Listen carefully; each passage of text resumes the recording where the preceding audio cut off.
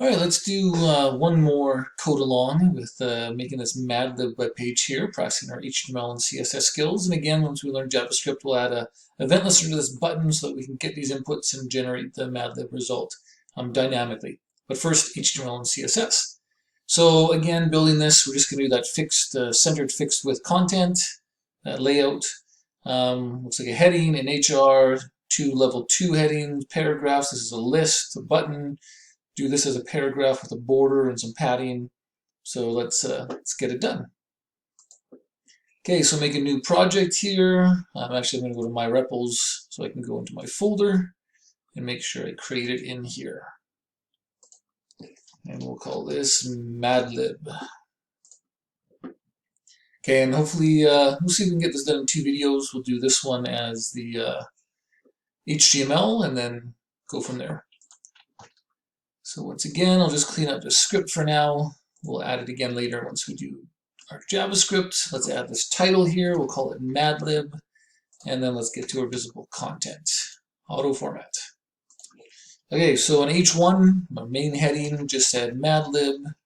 And then I think there was an HR underneath that. And then H2, Madlib instructions. And let's do a quick double take here. Madlib instructions, good. Fill in all of the input boxes, then click the Madlib button. Sure. It'll be a paragraph. Fill in all of the input boxes, then click the Madlib button. And that'll end our paragraph. Okay, let's just adjust things a little bit here. Hit run. Things are happening. Good. I think I needed a period. And look, this is italics here. So the easiest way to do that is to use that wonderful EM element. And that stands for emphasis. And most browsers treat that as making it italicized. Okay, cool. And the period. Okay, and then after that paragraph, we've got this list. Now it's an unordered list because it's just bullets, it's not numbers. And an unordered list is a UL item. And actually we can look at that down here. List, unordered list, ordered list. So you can go here and learn more about ULs and LI items. All right, so what does this say? Plural noun, adjective, present tense, verb, noun. I'm not going to remember all of that, but let's do the first two, plural noun and adjective. Okay, so I'm going to do an unordered list, a UL, and let's close that tag. Oops, close that tag so don't forget. And then we have list items, and they need an opening and closing tag as well. And it was a plural noun, and then an input element. So that's going to be nested inside of the LI. Okay, and I'm actually going to hit Control-C on this line and hit Control-V 3 times because I want 4 list items. The next one here was an adjective, present tense verb, and a noun.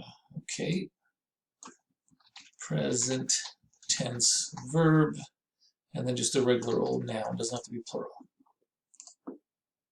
Okay, and there's my list. Nice. Okay, what's next? The button there, and I'll put that in a paragraph just to give it some, paragraphs by default have some margin above and below it. So after, make sure we're after the list here, right?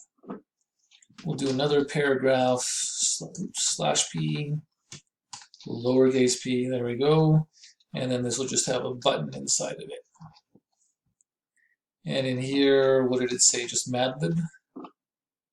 The Madlib button. There it is. Okay, and then HR, and then Madlib results. HR.